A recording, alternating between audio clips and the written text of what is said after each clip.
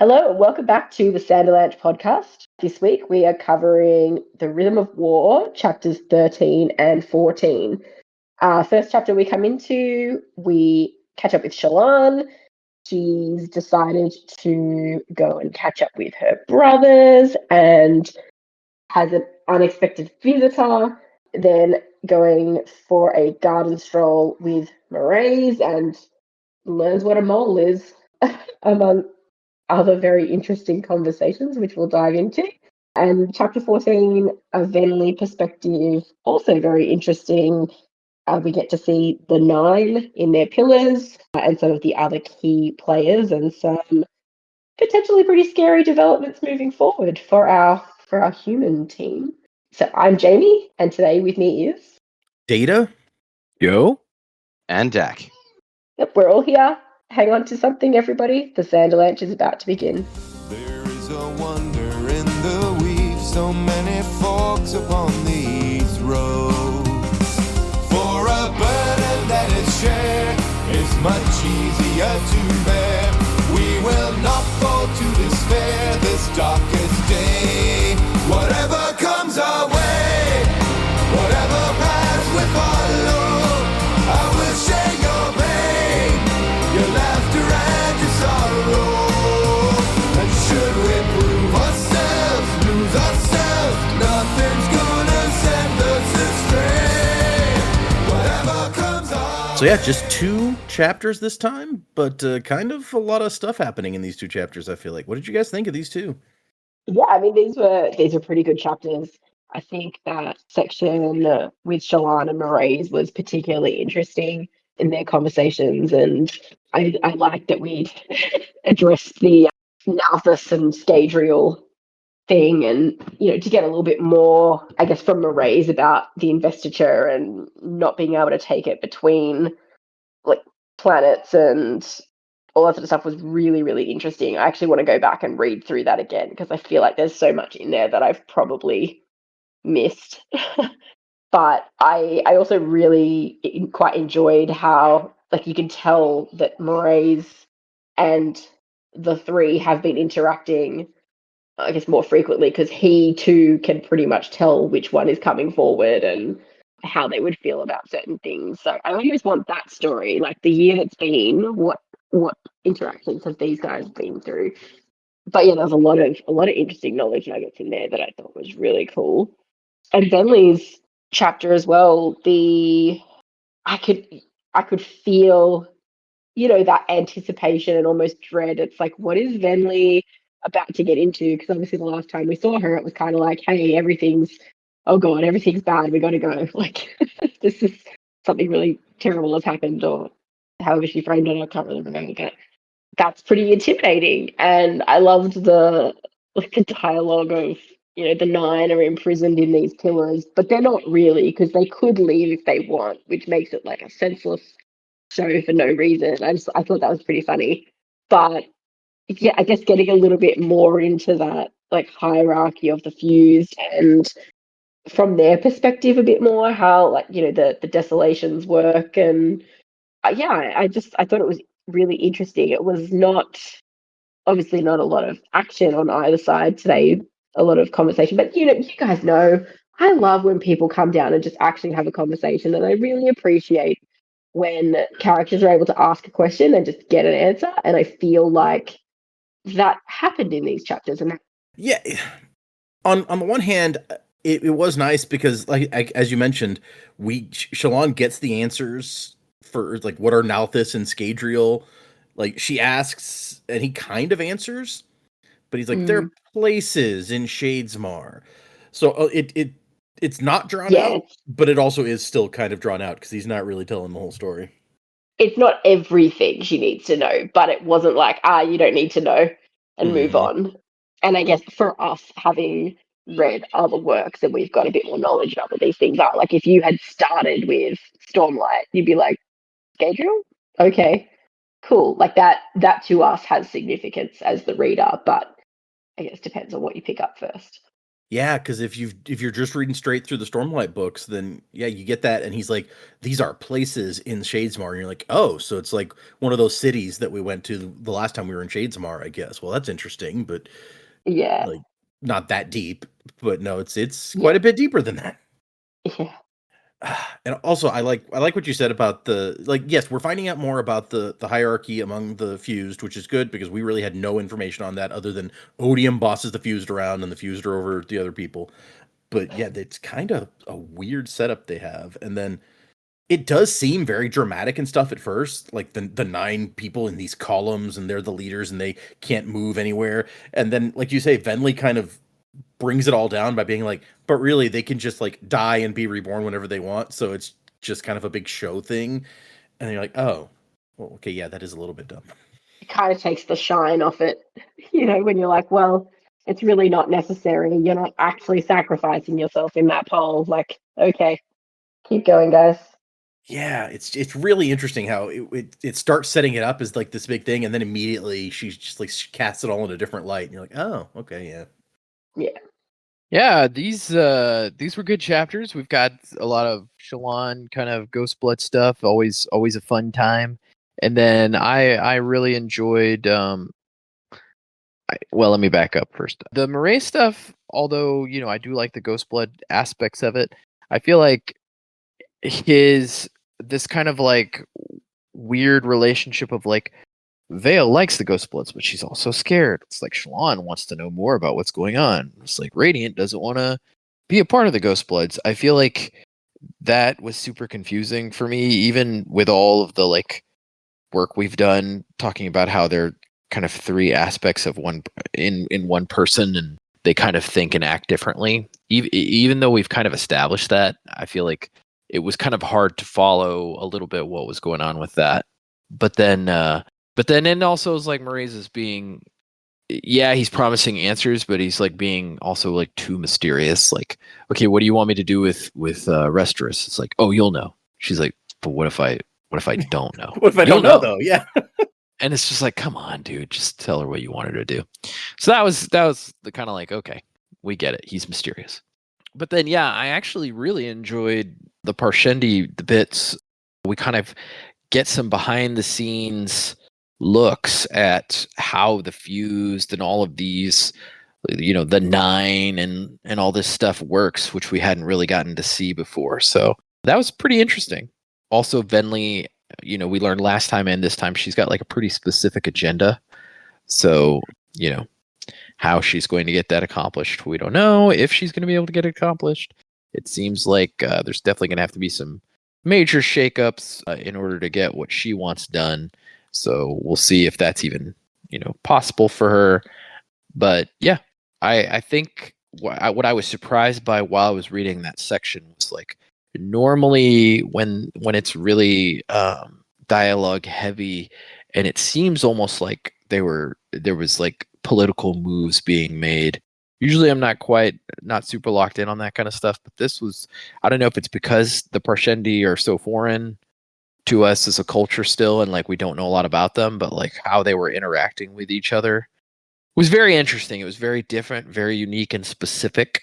And so kind of that whole meeting that they had and those interactions, I actually found really fascinating. I enjoyed reading it. So yeah, it was good stuff. Yeah, I think it's just like you say, it's like so new and different that you're like, oh, okay, I kind of want to see what we're learning here. Yeah, it was fun. Kind of get something different. But I thought it was interesting what you said about like it's a little bit hard following, like when these 3 different people in one body have such different opinions on the conversation that's happening. And I just imagine that for like Mraize, who is trying to participate in the conversation with 3 people in one body, it must be even more complicated and weird. I don't know. He didn't seem to. Yeah, he didn't seem to skip a beat. I think he knows kind of what the deal is with her. So he's probably done it a few times by now. Yeah, and Adolin is getting better with it too. The only one who seems that close to her that's still pretty thrown off by it is Kaladin, which we saw in the last chunk of chapters. It's like, yeah, it's kind of hard to it's kind of hard to follow. It is funny to me that she like has started to just change her hair color to like kind of signal it's like, okay, this is Shallan talking, this is Radiant talking, this is Vale talking. It's kind of funny. Also, Radiant as a blonde seems weird to me, but I agree. That's a little bit like Vale as a brunette makes total sense, and of course Shallan's always been a redhead, so I guess there wasn't that many options left. Yeah. If she wants to stay normal-ish hair colors. Yeah.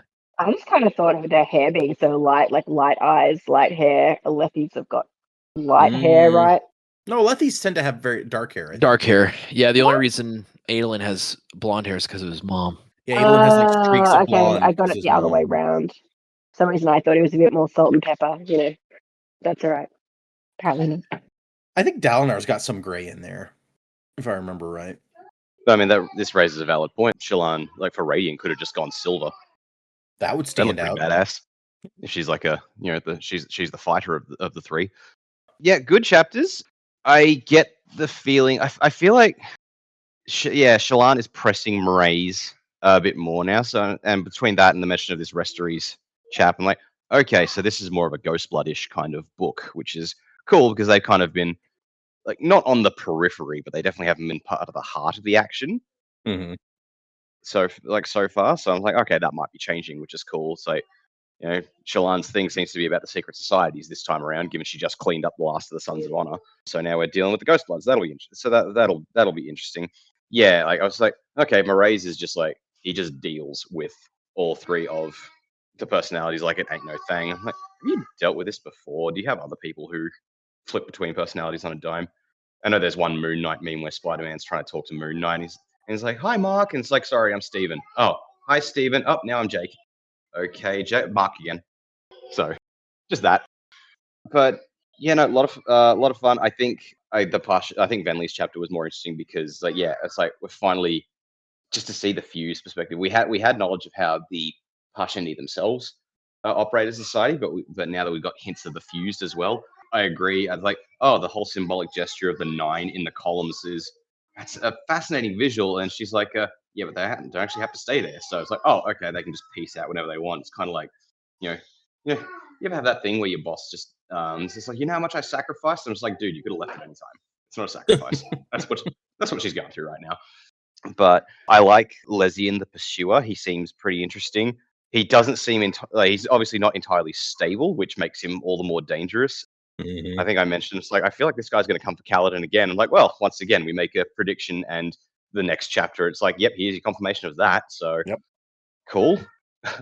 I did like Leshwe's talking. It's like, oh yeah, like he does this thing, and like the elders all celebrate for it. It's actually the dumbest thing. It is not helpful at all to the war effort. But that's just his thing, and the elders are like, God forbid the dude has a hobby. So,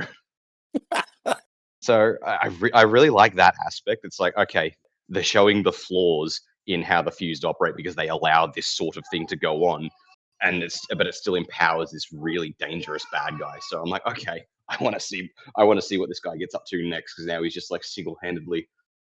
It's like the whole he comes after Kaladin. It's like, you took everything from me, and Kaladin's like, dude, who are you again? I don't even know you. Yeah, I don't even know who you are. She doesn't even go here. So yeah, like I found that all really interesting, and I liked that they brought up. I know it's like been mentioned in passing before, but like Moash is there under his new name, his new Odium given name, and like some of them are just like, why is there a human here? Odium likes him. It's like they're all really not happy about it, but because God says so, they got to go along with it. Right? Yeah. What are you gonna do? Question God? But it's like it's not even that he's just there. He's interrupting their meetings and just like, hey, what about what I want? And they're just like, you let him in. So yeah, I've said it before and I'll say it again. Moash is way more interesting now that he's doubled down on villainy. So I'm like, it's awful what he's doing and what he's trying to do, but I don't hate reading him now. So it's like, oh, what's he gonna do next? So yeah. I love him. It's just the big meeting's happening and he's just like dramatically waiting in the shadows for the moment to like pop out, and with his like he's just holding that the giant sword of Yezrian or whatever. That's right, he's got Yezrian's blade. They're just like, we gave that to a human. And it's not even just like it's a shard blade. He can dismiss it and summon it whenever he wants, but he's like sitting off in the shadows playing with it. That. Yeah. Like, because those things are what, like 8 feet long, and he's just like, what is he just using it to whittle or something? Yeah, it's like being just a dramatic bitch over here. All right. I think Moash. I think we know he's a dramatic bitch. I think that's his thing. Oh yeah, absolutely. He's yeah, it like, was my perspective is you're evil, and they killed my parents and my grandparents, and I'm the guy. It's me. Having said all that, I sort of get it from we're going to war against the humans. This guy, he was reasonably high up in their army. He was fairly close to the king and the general of like our opposite number. He might have some useful intel. Of course, he's not giving them that, but I don't know. He may have given them the most useful intel ever. They just didn't choose to listen to it. that's entirely possible as well. So like, I sort of get it from that perspective. It's like, oh, he might be useful in that, but at the moment he's just like he's having his rant fest at them. So typical Moash or Vire, which Vire. Yeah. oh man, it sounds like a very dramatic 13-year-old say, I'm going to be called Fire, but with a V and a Y. Fire. Moash, no, it's Vire now. Okay, Vire. No, Vire. You're not saying it right. Well, how am I supposed to say it? V You got to Y pronounce the I. Y. Yeah, you got to really Vi. You really got to hit the Vi. Oh God, you're so pretentious. Maybe we're pronouncing wrong. Maybe it's Via. Yeah, it's actually Ver. No, actually, when we first heard the name, it specifies it rhymes with fire. So, okay, so you weren't far off. Yeah, you weren't far off there, Dak. Yeah, we they spared us any need to argue about how to pronounce it. Unlike Moash, which some people still insist should be pronounced Mosh. So, Mosh. But I can kind of say it. I guess. I'd never thought about it before, but Dak, famously a big Moon Knight fan, is over here like I've seen this Shallan storyline before. Basically, like Moon Knight's doing this crazy shit all the time. Not as much as people think, but yes, it is a factor. Fair. I thought they did it pretty well in the show. Yeah, I mean, they were stuck to like the two. Yeah, and you got to remember, like when the comics were being written, like when he was first created back in the 70s, it's like DID was not that well understood, and it's like the Stephen and Jake personas, they were just seen as other fake identities, which it wasn't until later writers got a hold. It's like we could actually do something with this and make it a bit more, and that's since become a defining part of the character. So that's pretty cool. It's just how characters evolve over the years and decades. Yeah, I didn't know that. That's super interesting. But I guess I guess let's just go ahead and move into these two chapters, y'all. The first one is another hunt, which makes sense after that Mraize is in here being his whole that's his whole spiel always about the hunting. It's like, again, the hunting. And also interesting, in the epigraph here, we're still finding out some about fabrials and conjoined fabrials. We've seen many examples of already, and it's like we often use flame spren and rubies because they're the easiest to divide. Other types of spren do not split as evenly, as easily, or at all. So you can't cut some spren in half, but flame spren, they're fine with it. And like the morning after the wedding party, Shallan had to deal with Vale's alcohol abuse again. Vale refuses to use Stormlight to burn off the alcohol before she goes to sleep, and then if Shallan has to deal with the hangover, it's kind of rude. That is rude. Using Stormlight is the coward's way out. Feel it, Shallan. It strikes me as I suffered.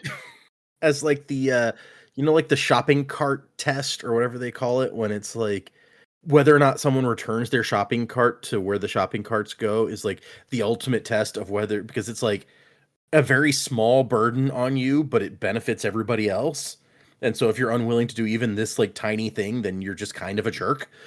And so it feels the same way to me. It's like using some Stormlight to clear out your drunkenness is such a small thing that's easy for you to do. And Vale's just nah, more fun this way. I will say there's degrees to that. Yes, yesterday I was trying to return my shopping trolley, and then someone else just was also returning theirs. Good thing, but charged into the traffic to get it returned, and all the cars had to slam on their brakes. Bad thing. Oh, jerk. No, you don't want to. People can't pay attention. That's a whole other thing.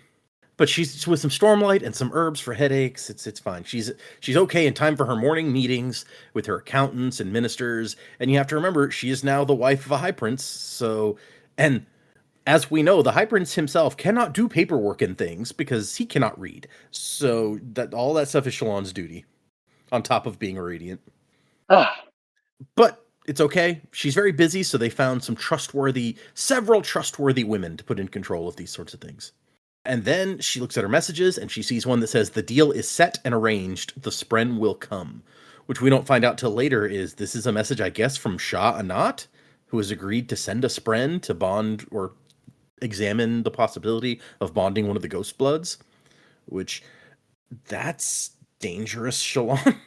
Yeah, let's make deals with the unmade. Okay. A little strange. I mean, it's dangerous on both ends because, like you say, the unmade, who knows what her goals are, but then you're looking at giving the Ghostbloods radiant powers. So then she goes to visit her brothers. Jushu is the only one there, and it's like they chat, but then she just kind of drifts over and sits by the fire and starts drawing, and just she likes to hang out with her family. You don't always have to be talking to hang out. Although it seems kind of strained and awkward, like she doesn't exactly know how to fit in and like how it should work. She's just like, I just want to be near them, but I don't know like how to get in rhythm with them. Oh yeah, because as she points out later, she's just such a different person than the last time she saw them. It would be weird. And her brothers are all here, and life is getting on, but it's not like everything is perfect. We mentioned that I think it's Jushu is the gambler, and it's like we've had to stop him multiple times from prying the heating fabrial out of the hearth to sell it for gambling money. So, yeah, the problems still follow this poor family. On that note, I feel like we're still a little bit too cool with Balat and his, sometimes he tortures animals for fun. Yeah, because in a minute, when he shows up, she's like, I don't know if being a guard is the best thing for him because he likes to hurt things that are weaker than him. Yeah, I'm just like, I'm sorry, listeners. I know I harp on this one a lot for such a minor character, but I'm just not. I'm not cool with this. It's definitely perturbing. It's not something that we should just be like, oh yeah, we forgot about that. Balat's cool. It's like, no, it's all good. He's not cool.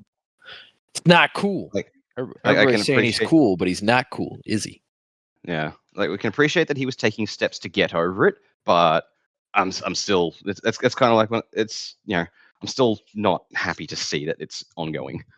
And so she starts to think as she's drawing about some more difficult stuff about formless. She can feel deep down in there somewhere, and she's read some medical texts that talk about fragmented personas like hers, and basically even among the crazy people, the Ardents are like, oh no, these are freaks.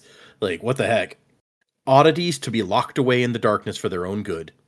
So yeah, I can understand why you wouldn't go to the Ardents at that point. And then Jushu's like, dude, you're drawing some weird shit over there. And she realizes oh yeah, her sketches have turned real weird while she kind of wasn't paying attention. She's still drawing the fireplace, but now it looks like the fire is full of burning souls that look kind of like her family. Yeah, that's dark. A lot to unpack there, Shallan. That could be just Shallan's motto. There's a lot to unpack with Shallan. Oh. And there's even a moment where he's like, oh, you're not going to say something? Give me a wisecrack, the old Shallan. And she's like, you're not around enough for me to make sport of, and no one else is quite as inspiring in their incompetence. And it's he smiles but the joke was mean because it's too close to home and too accurate. And so, yeah, that just makes everything more awkward. It's like, ha, good one. Oh. I'm going to go cry now. And it's yep, this is just Christmas with the family. This feels strangely familiar. And then while she's still sitting by the fire drawing and stuff and thinking, Balat comes in with one of his guardsman buddies, and Aelita is here, and they're all having a good old time, laughing and chatting, and Shallan's not going to get involved. She's kind of distracted. And we even find out a little bit about Aelita, who we don't really know very well at all. And she's like, this woman is kind and genuine, and it really takes a special kind of person to love a member of the Devar family, which, yeah, I buy that. And then Vale kind of pops in and takes over, and she's like, why is our back to the door? That's dumb. Why do we not know who this person is who showed up? Because that's dumb. which it turns out is absolutely correct. You should have paid more attention to that. And as they're thinking about like what are the Ghostbloods trying to get at, like Mraize is moving stuff around like pieces on a board, but what are we trying to get at? Wait, that voice. And it turns out, yep, there is Mraize out there with her brothers and laughing it up, wearing the colors of the Sabarial princedom. I'm so glad my internal monologue spoke about him right before he showed up in the narrative. Convenient. I mean, I think we've talked about Mraize before, so it's not like it would have been unheard of. But yeah, I'm just being a smartass. And I love that there's the moment of like they both noticed each other, but they're both like pretending like they don't know the other. So sneaky. And she's kind of like looking down on him, like he's not as good at like pretending to be somebody else as me. He can't fake it as well as Shallan can. Can't keep that haughty tone from his laugh or the bite from his grin. And so she knows, like, this is a warning that he can get to her brothers at any time if she doesn't play ball. I feel like we kind of already knew that, though. He's the one who got them here, so... Right, yeah.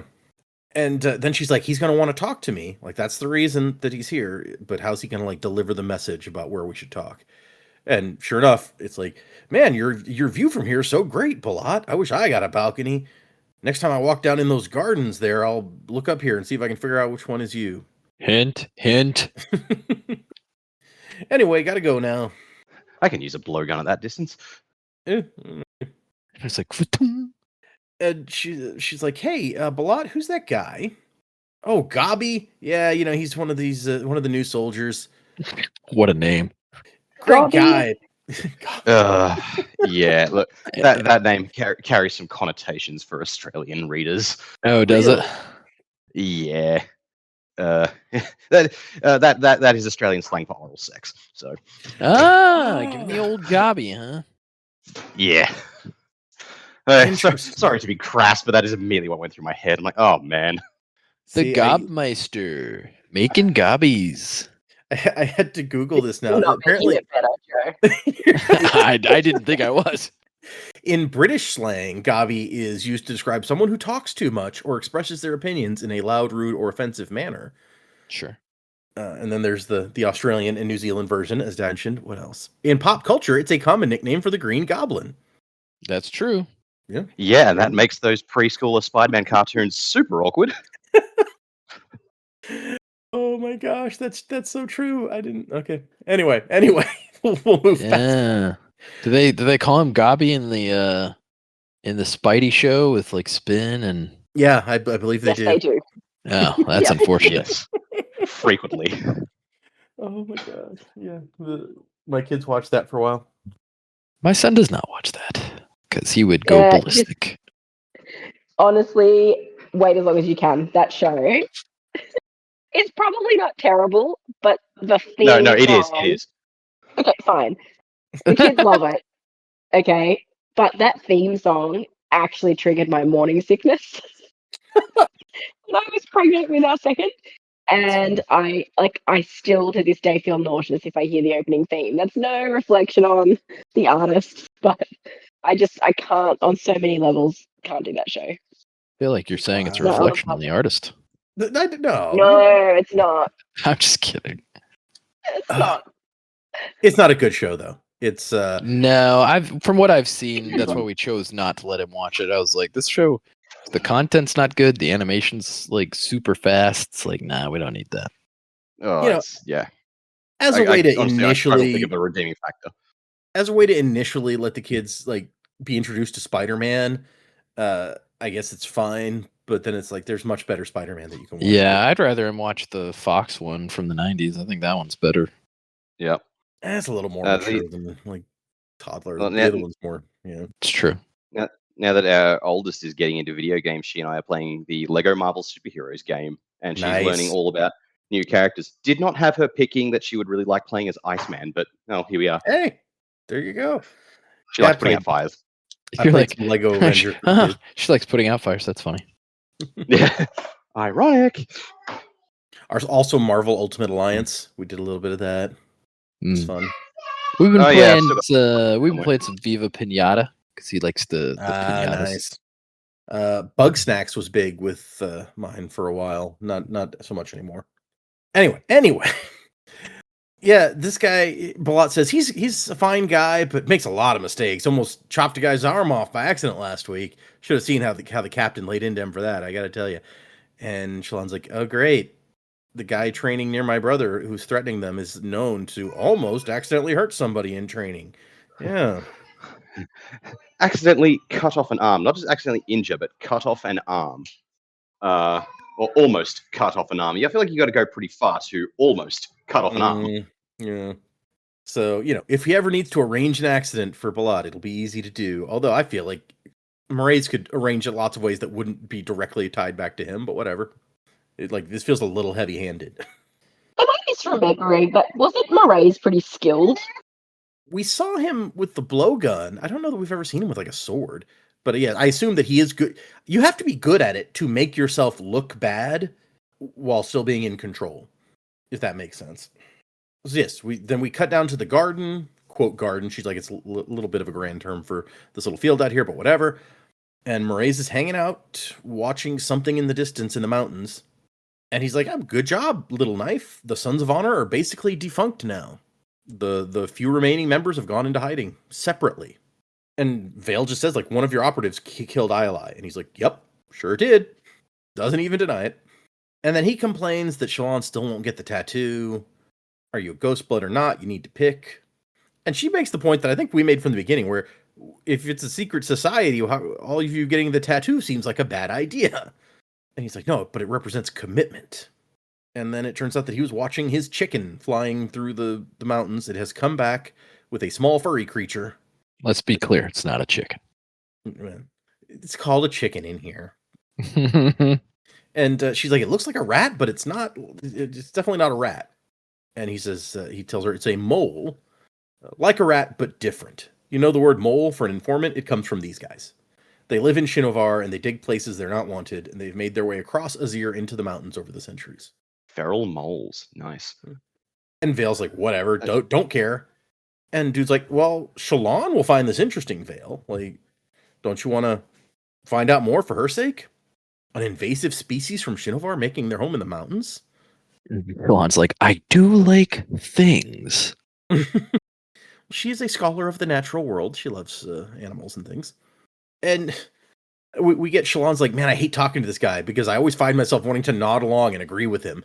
And so she's sitting here having this discussion while the bird is ripping into this mole, and it's like, and so Shallan's like, I mean, how can I be a Ghostblood if I don't really know what you guys are about? I can't like sign up until I know the point of the thing. And he's like, well, it's about power, obviously. And she's like, so vague. But then he starts getting more precise. Power, portable, easily contained, renewable. We're talking about Stormlight. And she's like, well, yeah, but it's worthless. Like, the gem is the valuable part. And so he goes on to basically explain to her that, like, this, I don't think he uses the word, does he? But he's like, basically, this is investiture. No, I think he does use the word. Okay. And in other places, it's much harder to get than it is here, where you get, like, a literal hurricane of investiture blowing through once a week or however often it is. Yeah, in this one place, you got to eat metal. It's crazy. Yeah. Or in the place where you have to take people's souls if you want to get more investiture. Crazy. Basically. Yeah. So the free storm is probably the way to go. Yeah. Yeah. It is literally falling from the sky. Storm. And so free magic. All you got to do is just stand in the rain and avoid the boulders for a while. Yeah. Yeah. It's like, if we can find a way to take this other places to use it, it's like this is the treasure trove. This is insanely valuable in other places. Oh, you know what I just got? Friggin' Stormlight infused gemstones and everything. It's literally lightning in a bottle. That's the pun. Yeah, it kind of is. Oh. And then she asks him about Nalithis and Scadarial, and he's like, well, no, Nalithis and Scadrial. If that's what you mean. There are places in Shadesmar where Stormlight would be a valuable commodity. And so this is why you guys wanted the Oath Gates before Yasna found them, why you wanted your Etheru. Because having the Oath Gates, if you can transfer to Shadesmar easily, gives you, like, the start of this, like, commerce line, basically, to other worlds.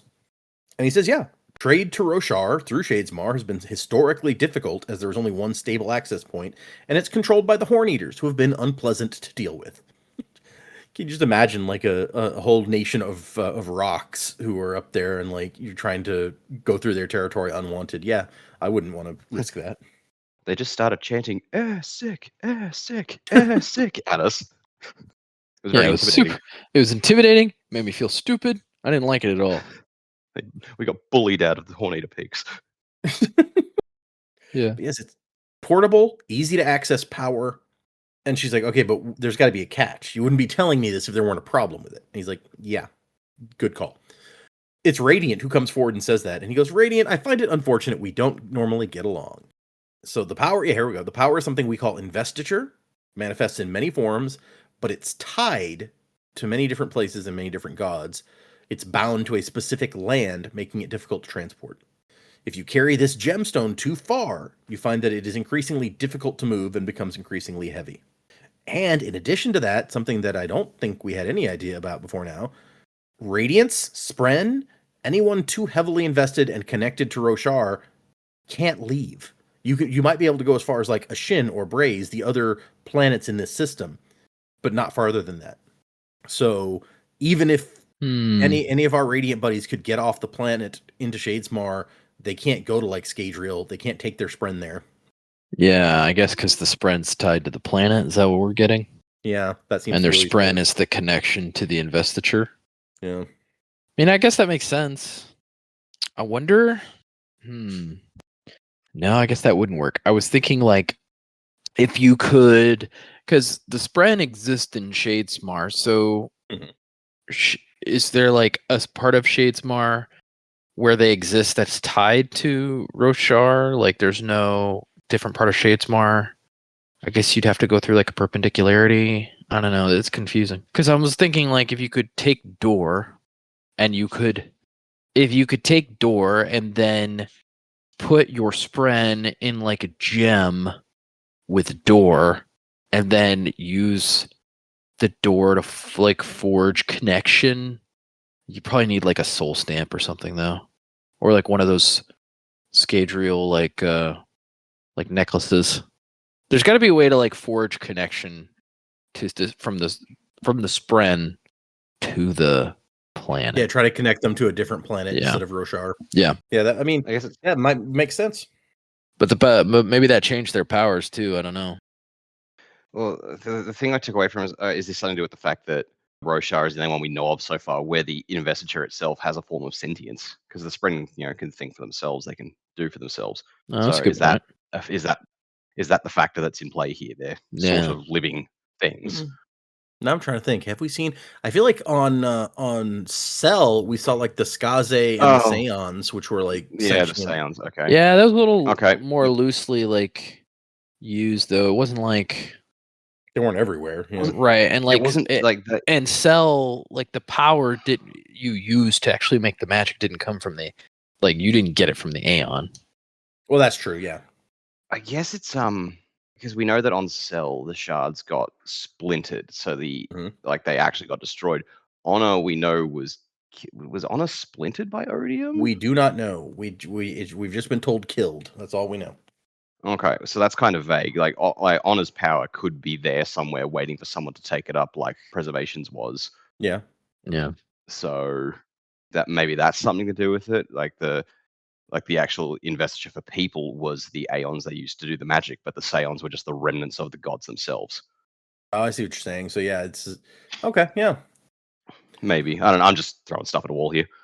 So yeah, but I mean, we're learning some new Cosmere relevant stuff that you're probably not going to see Radiance running around to other planets anytime soon. Yeah, probably a good idea. Unless they can figure out a way to hack it. Yeah, probably a good idea though. Probably don't want them running around.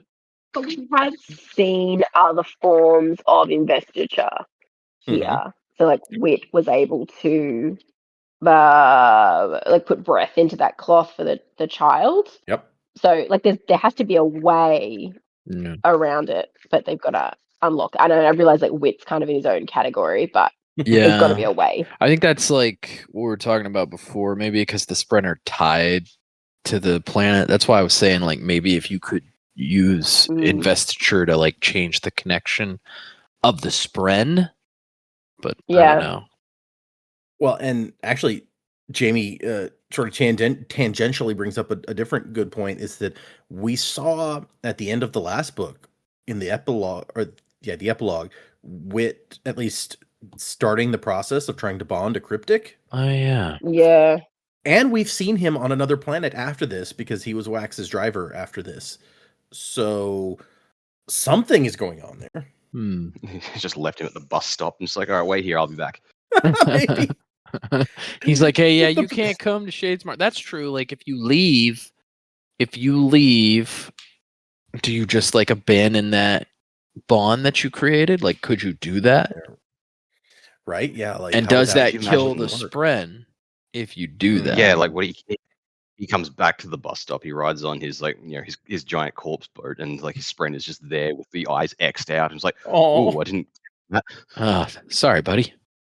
My human went out for cigarettes 5 years ago, and he finally came back. And I'm dead. I'm dead. That's okay. So and that as she mentioned, Wit is in some ways very much his own category. So maybe the rules don't all work the same for him, but we don't know.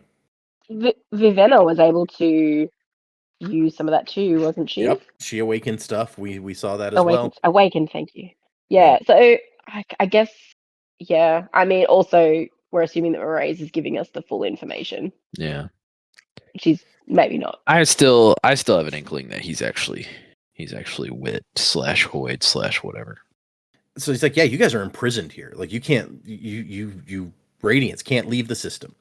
And Radiant's like, a prison as large as 3 planets. Oh no, I'm so trapped. But Shallan's in there like, well, no, actually, I kind of don't like that. Yeah, it's like, I didn't even know you could leave this planet, but now I feel trapped. Yeah, I didn't know I couldn't discover certain things, but now that I know I can't discover them, I want to discover them. Yeah. And so he says, a more perfect gemstone could contain light long enough to go off-world, but there's still the connection problem.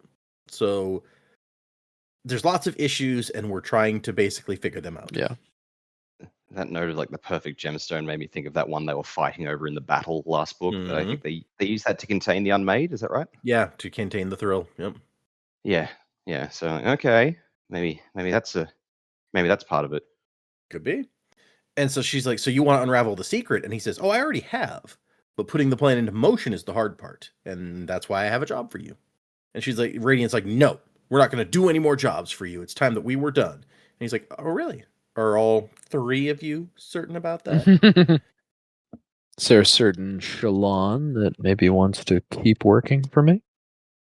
I mean, Shallan and Vale are kind of still into the idea. And Shallan's like, oh, by the way, I heard from Shah Anat. She agreed to your terms, and she's sending a spren. And he's like, what? That wasn't the deal. She's supposed to promise me a spren to bond. And she's like, just be happy with what you get, okay? All right. Like, you can't force it. So bossy. Iali's agents had a spy close to Dalinar, she says, so the Sons of Honor might not be all stamped out. And Mraize is like, no, actually, yeah, we knew about that. They don't have an agent close to Dalinar. They had a way of intercepting communications from our agent who is close to Dalinar. So, spoiler, we have another agent close to Dalinar, and their communication was being intercepted, and that's how the Sons of Honor knew stuff. Well, no, we have the same amount of agents close to Dalinar. We just have the different organization they're working for. Well, no, I meant another one, because Shallan is theoretically an agent of theirs. And is close to Dalinar. Okay, point. And so she thinks, like, Mraize, as far as I can tell, doesn't lie to me. So he must, this must be true, that there's another Ghostblood agent nearby. And she's like, so was it one of Adolin's guards you had kill Iali? And he's like, oh, don't be silly. We have no interest in men such as that. So basically he's saying, no, it's among your Lightweavers. Good luck figuring that out. Eotil has reported to Master Thydakar, and he has accepted, after some initial anger, that we will not be able to control the Oath Gates. I explained to him that with Dalinar controlling them, at least he can prosecute his war against Odium. We don't want to see the enemy rule this world, Shallan. Master Thydakar wishes only to secure a method for gathering and transporting Stormlight. And she's like, okay, but what threat was Iali and the Sons of Honor to you? Like, why bother with them? The secret has to do with Gavilar, the old king, and what he was doing. Gavilar wanted immortality. He thought he could become like the Heralds. And in his quest, he discovered a secret. He had Void Light before the Everstorm, carried from Mraize, the place you call Damnation. Sounds like what he really needed were some Dragon Balls. Yeah, that'll do it. There is so much out there, Little Knife, things that will rock your understanding and extend your perspective. She's like, tell me, I want to know, I want to see them. He's like, well, these things require effort and experience. You must hunt the secrets. I like how he does this. He's like, you got to hunt them. They require effort and experience. Oh, but if you do this one more job for me, I'll tell you everything. Yeah, right. It's like, shut the hell up. He's so good at carrot dangling for Shallan. And so it's like, we got one more job for you. There's a man named Mraize, you know that name? Which, hey, that was in our Jeopardy too. He was the guy who told Amaram to keep the sword that he got from that Kaladin got from Shallan's brother. Yep. Mraize was the leader of the Sons of Honor at one point, maybe even their founder, we don't know. And he may be the only living person who knows what Gavilar was doing.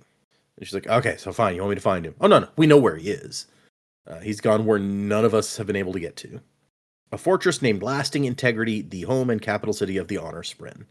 I'm just going to have to say that sounds like a Covenant city. It does, right? Yeah. Absolutely. And so her mission is find Lasting Integrity, get in, find Mraize. Might be the only human there. Maybe he won't be too hard to find. And she's like, okay, well then what do I do then? I'm not going to kill him. He's like, well, when you find him, you'll know what to do. And she's like, I doubt that. He goes, oh no, you will. And once you come back, we'll give you all the answers. We're not going to hold anything back. Everything you want to know. And she's like, fine. He even tells her, like, if after you get all the secrets, you don't want to be associated with us anymore, hey, you go do your thing. I can't promise you'll be safe after you leave the group. Other members of our organization don't like you, but I won't hunt you. And neither will my boss, Eatil. And he also indicates that he knows some secrets about her past, stuff that she does not remember. How? Yeah, right? I have thoughts.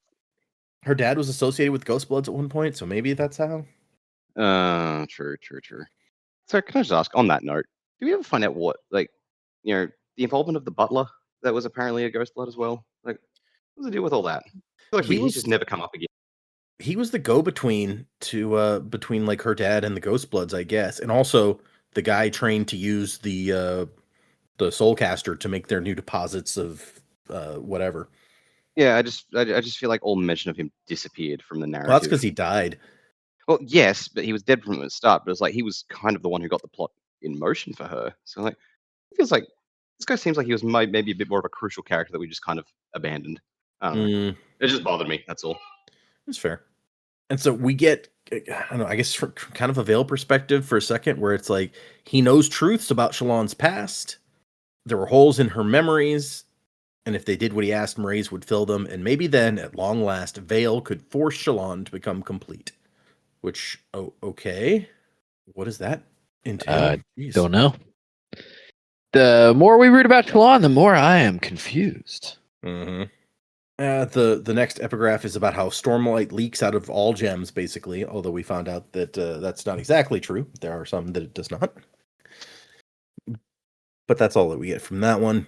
And we are in the palace at Kholinar again. And we ended the last time with Venli's boss being like, hey, there's a big important thing, let's go. And so Venli has to walk to this room where the big meetings take place. Leshwi and the other heavenly ones fly in through the ceiling. So she like has to get there before way Leshwi cool. Yeah. This whole section, you were talking about Kingdom Hearts before we started the show. This whole section gives me an Organization 13 vibe. It's just like it's a little bit. Yeah. They're all in a circle. They're all like on the same team, but they're kind of not on the same team. They've got their own agendas. They each have some different crazy powers. Yeah. She gets kind of distracted by the fact that the city has become has undergone a transformation. It's looking very unique now in a lot of ways, and that's because the Fused have their own architectural sense, I guess. And one of the 9 varieties of Fused is called the Fanaim, the ones of alteration, and they're like engineers or architects, sort of thing. So they're the ones who do all this building. Limber 7-foot-tall bodies and piles of hair that sprouted only from the tops of their heads. And she passes 1 or 2 that are just staring vacantly, because a lot of the Fused are just insane now, as we've seen multiple times before. And she's like, maybe I shouldn't envy their immortality, because it leads to that. And then we come into the cylindrical room where the 9 are, the leaders of the fused. So they're led by a small group of 9 fused, each like imprisoned in a pillar of stone that was like soul cast around them. As I'm sure many other people did. As soon as they walked in, all I heard was Ian McKellen as Gandalf going, "The 9?" Now, like, most had at least one arm free. So I hadn't even considered before that it's like they get soul cast in and like one of their arms is just down and stuck and can never move. Like that. Yeah, that's weird. That just makes me feel claustrophobic thinking about. Oh no, I'm itchy. Is that right? Oh, My man. nose. And they all face inwards towards each other in like a circle. So all the conversation that happens in the room is like all the other guys have to stand behind them, regardless of where in the room they are, like talking at the 9. They don't eat, they subsist on odium's light alone. And she's like, man, this like being trapped here can't be helping like the sanity issues that the fused all have. And then there's the note that like, but really they could just leave whenever they want. Fused have a way that they can just kill themselves and then they can come back the next Everstorm in a new body. So it really makes all of this just a show. The only people actually paying the price are the singers who die to give new bodies for these fused. And Leshwi shows up and Venli's like, what's going on? And Leshwi's like, just watch, but take care. Remember, what power I have outside is a mere candle's light in here. So she's like, among like the big important people, she's like the lowest rung of important people who can be in this room, basically. But among like the field soldiers or whatever, she's at the top. So it's a line that apparently she is intentionally walking, is what we get later in the chapter. We want a report of what happened with the battle, is what the 9 say. And Leshwi tells them about the flying ship. And they're like, the 9 are like, oh no, it was lashed by windrunners. That's how it flew. And Leshwi's like, no, it was not. It was some sort of device. And they're like, oh my gosh, the humans are creating shit that we've never even heard of before. We were away too long. It has let the humans fester like an infection. Jeez. Now I've read things you've never even heard of. I knew that was, as soon as I said what I said, I was like, somebody's thinking of Goodwill Hunting 2, hunting season. Yeah. I don't like the sound of them apples, Will. What are we going to do? Chucky? Yeah. It's hunting season. Yeah, exactly. Man. Just imagine if that was a real movie. That'd be wild. That would be insane. It'd be And I would fantastic. I would watch it. So, But just like the start of the movie gives you no hint that that's coming. It's like you get halfway through the movie and that scene happens, and all of a sudden it becomes a very different movie. It's like stalking from frat house to frat house, just like killing every single smarty pants. yeah, no, I'd be okay with Matt Damon playing crazy serial killer. Like, used to be a genius, went over the edge. Yeah. It's like the talented Yeah, Mr. Ripley. And like you'd ask Gus Van Sant, like, what do you think about what they've done to your movie? And he's just sitting in the back counting his money. It's like, I'm Counting his busy. money. Yeah. Busy. So action, Gus, or Jeez, man. I said I was busy. said I'm busy. And so they're like, no, the stuff the humans have made is just stupid. The important stuff, like, oh, this is in the nature of power. They're babies at this point. We're way ahead of them. And they're like, well, yeah, but we couldn't have crafted that flying device. And the guy's like, well, why would we? We already have flying guys. Yeah, it's like, that's the thing we already do. And hey, what about that new power suppressor we sent with you guys? How'd that work out? And Leshwi's like, well, it worked, but then the humans took it. So Remember that thing you entrusted us with? It's gone. yeah. And it's gone. Somebody's like, that was poorly handled. And she's like, hey, not my fault. Talk to the pursuer about that one. Yeah. That jackhat. And they're like, Lezian, you will. And all of a sudden, here he comes. He's like, dispense with the pageantry. Such a dickhead. Angry No young man. Yeah. Young is a relative term. This is one of the Nex-Eam, the Ones of Husks, which is the 9th brand of fused, is what it says. And Venli has never seen one before. Yeah. You know, it's funny because it's like, I don't understand what they're saying, but I find it interesting. Mm. It's like, it's the 9th, it's the one of the husks, the 9th brand. I'm like, that means nothing to me, but it's interesting. I will take what you say. Okay. At least it's not boring.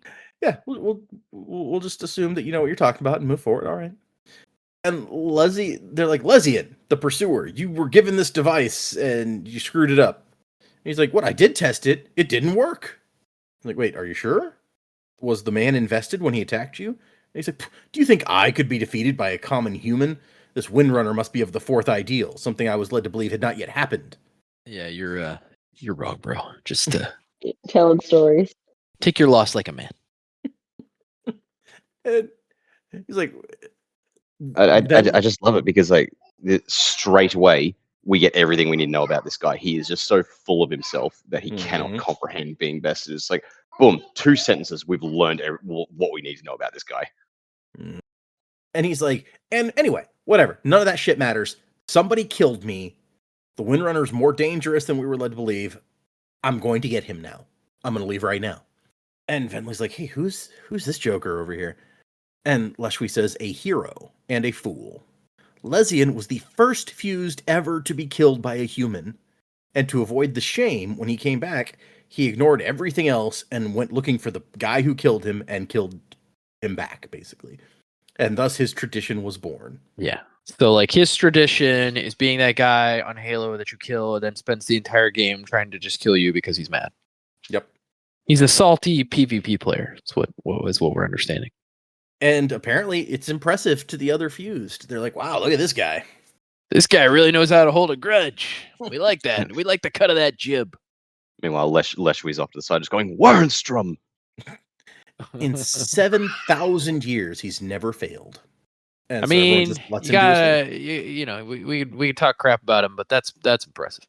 That's a pretty good batting average. To be fair, 4,000 of those years, they were all trapped. Nobody came back. But still, that's... So over half, you know, Yeah. call it a 50-50. 50% of the time, he works every time. You know, it's still pretty impressive. But also, because every desolation ended with, like, the fused being trapped on Mraize again, as soon as the heralds went back and locked the fuse away, which we found out sometimes they were here for years, training up the humans to be able to resist. And once the heralds were like, okay, you guys got this now, that's when they would go back and lock the fused away. But because that would mean that he couldn't come back and find who killed him, he would kill himself at that point so that no humans could get him. And he wouldn't mess up his record. I'll just die. It's fine. I mean, say what you will about the guy, but you know, he sticks to his principles. He is dedicated to his pettiness. Yeah. He's certainly passionate. And so yeah, the even the 9 like encourage him to go out and do his shit now, and he just acts outside of any command structure.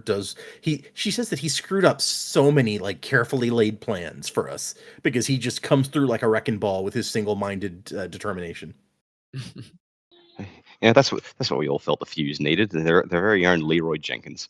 I mean, yeah. And Leshwi's over here like, and I know that Stormblessed was suppressed at the time. He's not yet of the fourth ideal, which I guess they're implying that if you They were can't be fourth ideal, suppressed, then it wouldn't yeah. be suppressed. Yeah. It's interesting. She's like, I would know if he was that, if he'd progressed that far. Yeah, I'm like his fangirl or whatever. And so Leshwi's like, yeah, announce me now. I want to talk. And Venli's like, what? The 9 are conferring? Seriously? She's like, yes, do it. All right. And so Leshwi comes forward. He's like, the pursuer is losing control. He's like he's approaching the point where his mind can't be trusted. He was defeated by a common human. It's time for his privileges to be revoked. And of course, Lezian's like, what the excuse me? Who the hell are you? And even the 9 are like, you are too low to make such a declaration, Leshwi. This is both above and beneath you. Somehow. Yeah, try figuring that out. Yeah, when they Okay. said that statement, I was like, what? I'm gonna need you to back up and explain that one. I guess he's trying to say like you should know better, and also Yeah. you can't say that because you're not like important enough. Yeah, it's like it's above you because you're not important enough. Or you're not, I guess, as important as this guy, so you can't call him out. But also, it's below you because you're better than this. You should know better than to like be doing this. That's what I took from it, anyway. Yeah. And then she's just like, well, on the topic of people who should know better. Well, and she's like, you know what? The guy who killed him killed me first, so I get like priority. They're like, yeah, sure, we like that. Is this how this has ever worked? Right. Yeah, and I think that's Homeboy's like anger issue. He's like, what? That's not how that works. It's never worked that way. It's always been my thing. You can't take my thing. That's my thing. And the Fuse are just like, silence Lesian. She has dibs. Silence. But they all hold up their one free arm and just do the stop gesture at him. She's invoked the sacred right of dibs. Yeah. So you know that is sacred among our people. Yeah. And yeah, he's pissed off. He's like, what? You know my tradition? And she's like, traditions can be broken. And he just loses his shit. He's like, I will hunt you. You can't deny me my stuff. Whoa. We can't hunt each other. That's not right.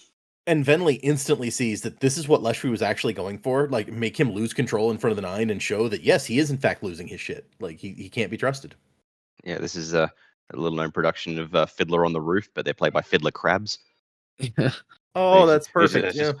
And just Lesian's just going, tradition! on the roof of the tower. And they're like, you know what? Yeah, Leshwi has prior claim on him. Pursue her. You leave him alone until she gets a chance to fight him again. This undermines my entire existence.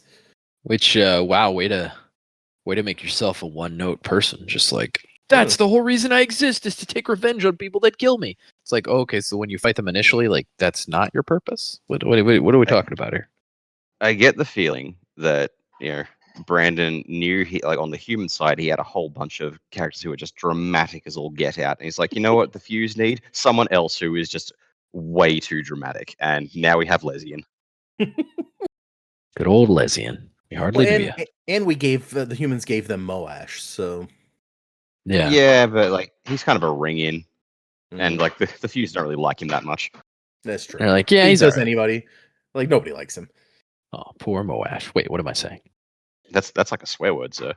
I don't know why this popped in my head. It's real niche, but nobody wants to be moist. Okay. Anyway. Classic. It's not only is it from the maybe little known Dr. Horrible, but it's like the song that didn't make it in and went into the commentary track. So yeah, that is so niche. And the guy who ends up playing Howard. Howard, yeah. I had forgotten about. Like I remember Dr. Horrible. I've forgotten about the commentary track. Yeah, commentary the musical got some of the best songs. Man, really like Ninja Ropes and the one $10 where solo. Yeah, that one and the other one about I'm Better Than Neil. Yeah, that one's great. And also the one that Felicia Day sings where it's all about the art or whatever. Oh yeah, I forgot how it's all about the art. That is a good one. Anyway, sorry. If you're a Dr. Horrible fan and have never heard Commentary the Musical, go out to YouTube. All of the songs are available from the official channel for Dr. Horrible. All of the commentary songs are on YouTube. Go out and look. And if you've never seen Dr. Horrible, go check it out. Yeah, watch that first. It's also extremely good. Made during the writer's strike of 2000 and what was that, 7? Yeah, 2008, yeah. 2008. Yeah. Neil Patrick Harris, Felicia Day, Nathan Fillion. What's not to love? I know, right? Still got the DVD. Jeez, man. I do. I got it somewhere. Anyway, we cut to like. No, we don't cut. Venli's they're still in the same room, and then like a figure shows up in the doorway. A darkened figure, a tall female in one of those builders, the Fanaim. I don't know how to say any of these words, by the way. Leshwi's over here like, oh shit, not her. I thought she was crazy. She was one of the 9 for many centuries until she decided it hampered her ambitions. That's definitely what you want to hear. Didn't know being one of the 9 was something you'd opt out of. Yeah, apparently. Yeah, she's like, remember how I was stuck in a pillar? I don't want to do that anymore. It's boring. Yeah, that's fair. Raboniel, Lady of Wishes, which I think is a very cool title. It is. And so she's like, obviously the humans have been allowed to grow too much. They're all over the place, and they've got advanced weapons and technology. So what we need to do is take their tower away from them, now that the sibling is dead. And Leshwi's like, what? No, we tried that, and it failed. And Raboniel's like, what? No, that was a stalling tactic. No. That strike could never have succeeded. I was not involved. Which are also just like, wow. We got some egos among these really old fused. Mm. You foolish And, child. That would never have worked. I wasn't there. Raboniel says that that suppression fabrial was technology I discovered from the tower thousands of years ago. And I've got a more dramatic plan for how to use it. Since the sibling is basically a Deadeye, I should be able to turn the tower's defenses against its owners. And they're like, hey, hold on. You're saying that you can make the tower suppress radiant powers instead of our powers. And he's like, yeah. So they've got a thing that stops the fused from attacking them. And we're going to get in and we're going to turn it around on them. Which, geez, Go that's not on. good. But we need to lure the Else Caller and the Bondsmith away. Their oaths may have maybe advanced enough to push through the suppression. So I guess they're theorizing that Yasna and Dalinar may be like 4th level Radiants, if that's what it takes to not be suppressed. Yasna is real good. Yeah. And we don't really have another Else Caller to like compare her to. I also like, Leshvi tells us Raboniel's name used to be Lady of Pains, but she decided she didn't like that one. So she got a new one. So a lot of stuff is just optional that we didn't know about. Like you can pick your own name, whatever. Hey man, the Parshendi, they know what's going on. But during the last return, she developed a disease that was supposed to kill all the humans. And then we found out that, it would also kill like a lot of the singers. And we're like, wait, you can't do that. And then she did it anyway. She's like that. She's like that person in 12 Monkeys. Yeah, exactly.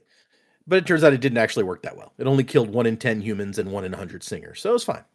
Good old 12 Monkeys. That's a good movie. I never saw the TV show, though. I heard it was not good. And so Raboniel's like, I'm going to take a team into the heart of the tower and secure the sibling, the control of the sibling's heart. Using my natural talents and the gifts of Odium, I will corrupt the heart and turn the tower to our needs. The humans will fall, their powers won't work, everything will be gravy. And also, once we've got the tower, they'll basically be screwed. They can't use the oath gates to move stuff back and forth between cities anymore. It'll be great. I mean, sounds like she's really thought it through, so. And they're like, well, hold on, how are we going to like get into the tower? Like, last time we tried, they fought us back. And she's like, well, we'll use the king who has given himself to us. He's already told us like about the guard patterns and stuff.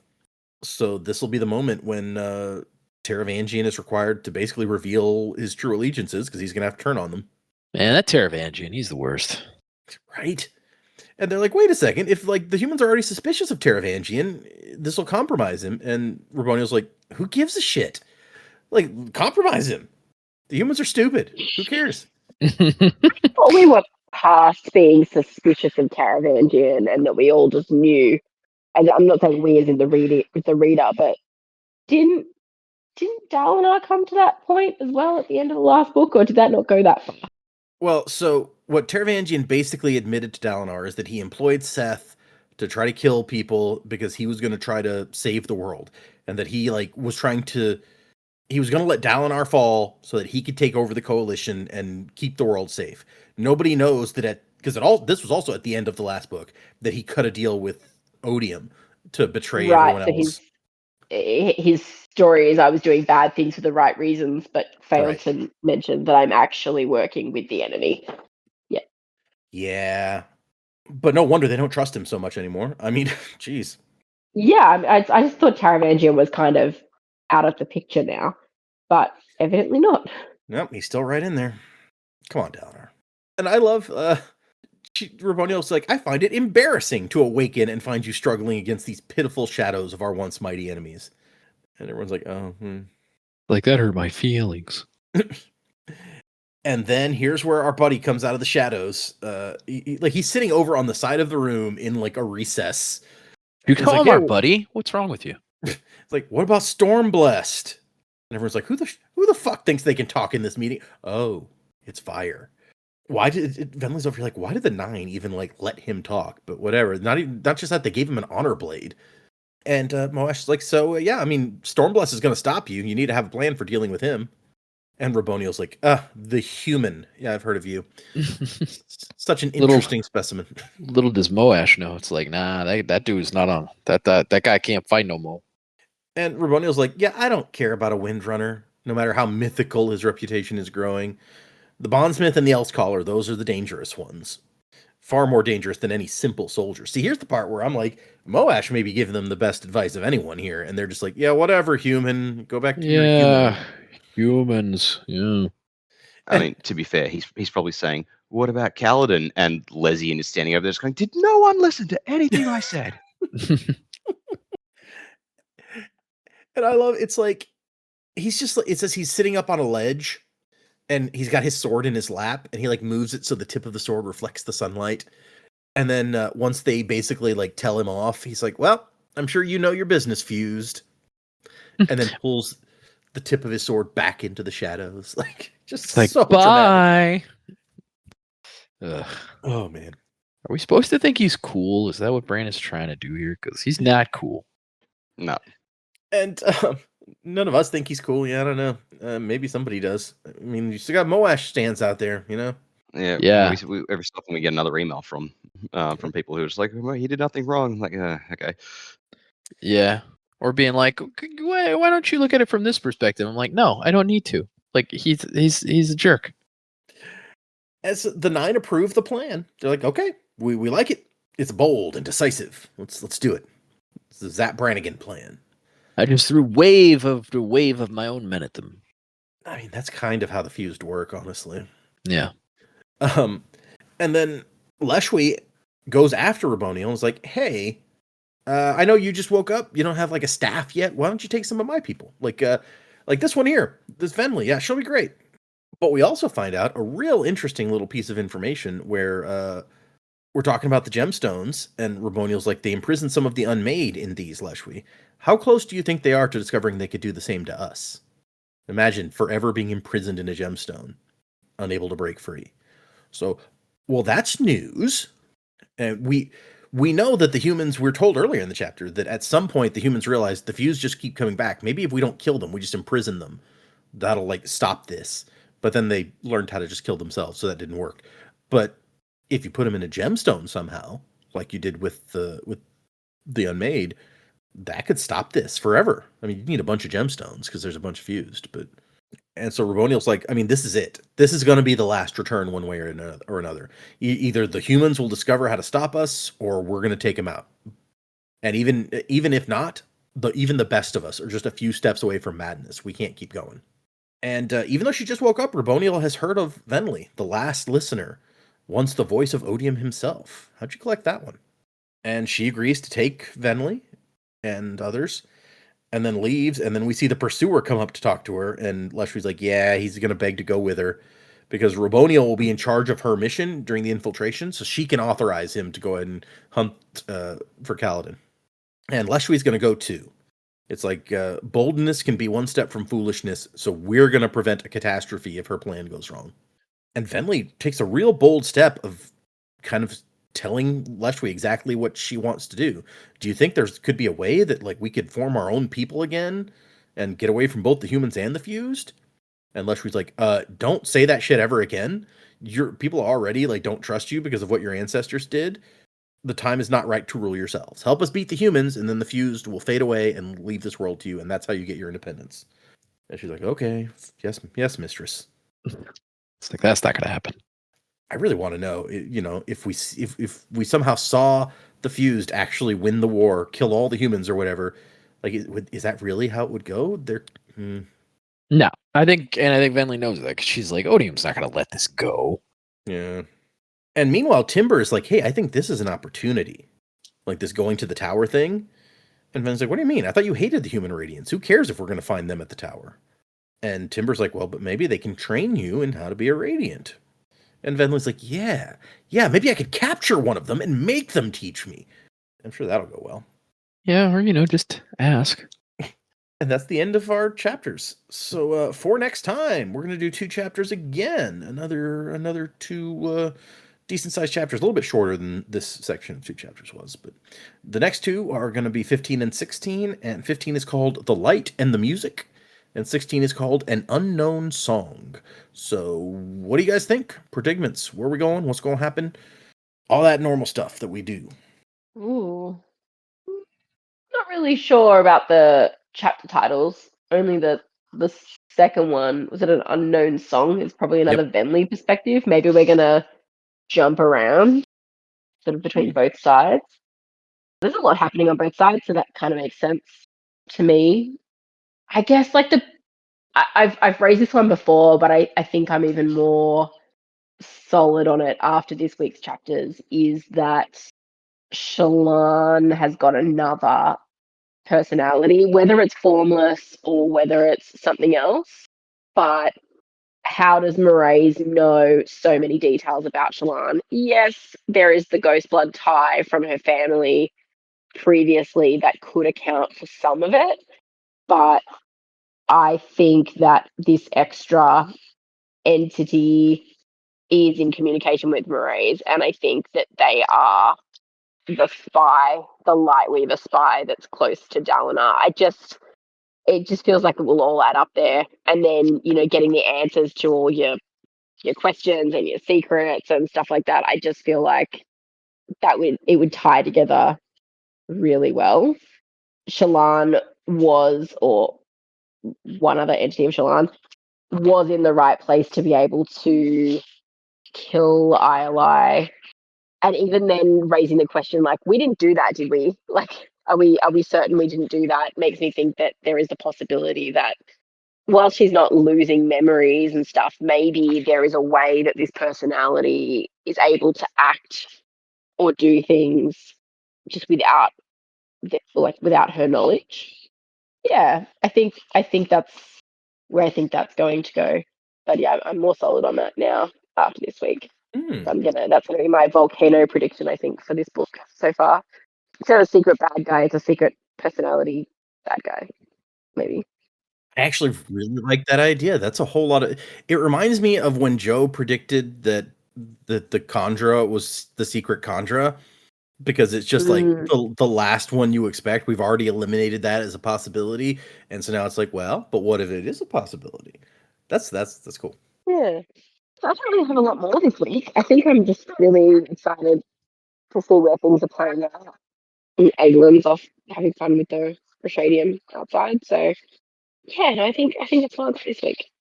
Okay, so if there's a secret bad guy personality there, what does that mean for us, like, moving forward after it's revealed? Like, can Shallan even keep working on the side of the good guys if there's a part of her that's working against them at the same time? Yeah, I mean, I don't know. I guess it would really depend on what that personality looks like. Even people do all sorts of weird stuff, and it's like splinters of her personality, right? Shallan, the individual as a whole being, is made up of elements of these things. Like, maybe it's just this one particular part of her that's like, yeah, okay, I believe that this is completely the right course of action, and she doesn't have those other parts of her to weigh it up. Like, Vale is very, like, firm on her points of view, Radiant's very firm on her points of view. You kind of need the other opinions to balance you out in the one being, and you've got one being that's just not even willing to talk to the other ones. So I don't know if there was a way that, I think I actually wrote it down. The line was like something along the lines of Vale would force Shallan to be whole or return to whole or something like that. If there was a way you could bring all of these back together, I feel like that would be less of an issue. But it would really depend on what this other personality was, I guess. That's true, because it could have all sorts of different motivations if it was there. So good point. Yeah. Oh. Huh. Well, I think maybe the first chapter is the Shallan one, and then maybe the second chapter, I agree with Jamie, sounds like a Venli one for sure. Okay. As far as what's coming, I mean, I really like Jamie's thoughts about like her unknown whatever personality being the mole. It's kind of a definitely a cool idea. I'm really kind of thinking, what direction are we going in? I'm trying to think, take last week's stuff into account too. If Cowden's really held to not like fighting, it's like, and now Rock's gone and things are just different. Like I'm kind of wondering, like, what is his place in the book now? Like, what does his kind of journey look like? And so I don't know. The thing that I did find interesting in the last set of chapters where they talked about like, oh, there's not really like a mental health person. So it'd be cool to like kind of dive into that. Maybe Cowden will be able to meet like a mental health guru. I don't know if like Zahel, for example, would probably not be the person to go to for that. But like it'd be interesting to kind of like walk down that journey and see like what kind of trip that takes. Because I feel like a lot of this series, I feel like almost the theme of these Stormlight books has been like take care of your mental stuff. Because like we got Shallan stuff, we got Dalinar stuff in the last book, we got Kaladin throughout. Like there's a lot of mental health stuff in this book. So like I feel like if they tackle it more directly, that'd be kind of an interesting turn. I'm also interested to know like all the Kaladin stands who are like he's the hero, he's the main character. If like he's like we're barely 10% into this book, and now he's like he's not fighting. Like what are all those Kaladin stands thinking when they got to this part in the fourth book? Where they're like, wait, what's happening now? Yeah, who knows what the 1-star reviews might look like for this one? Yeah, they're like, Kaladin's not the main hero because he's not fighting anymore. This is a terrible book. Stupid. But yeah, so it kind of that'd be a different place to kind of explore. But yeah, I would imagine that these fused seem pretty confident and pretty like secure in their plan. So I'm gonna guess like some bad stuff goes down in Urithiru in this book for sure, based on what we just heard. Like it seems like it's pretty evident they're gonna try to take over the tower. And so I can see some bad stuff going down with that. So I think that's going to happen for sure. We're gonna see that invasion in this book and see kind of the ramifications, how that plays out. Do they have to abandon Urithiru? Do they somehow defend? Are they able to defend themselves? Like what's going to happen? Be interested to kind of dive into that and figure out like what that's going to look like. And then other than that, I don't have anything super specific. I mean, it'd be really interesting also to just kind of like see Shallan like have a whole side plot where Shallan is like by herself or going with like a small group of people into Shadesmar, into the group of Honor Spren. I think that'd be a cool quest for Kaladin to go on with her, but I don't know if he'll end up doing that. But yeah, it'd be kind of interesting to see what happens with that. But that's I don't have anything like super specific, just kind of things that I'd like to see. Yeah, one of Dalinar's suggestions was that he could become like an ambassador. So if Shallan wants to go meet the Honor Spren, oh, that's true. Would Kaladin be a good ambassador to them, you think? Yeah, I'd probably not. Yeah, I don't know if he was just saying that, because if you think about Kaladin's temperament, I don't know that he's like the guy you want to be an ambassador to anywhere. Okay, no, you're not wrong. Yeah. Negotiations haven't started yet because the ambassadors haven't arrived. It's like, yeah, the ambassadors are killing everyone. I mean, I guess in that sense, the Jedi and Kaladin are not that different.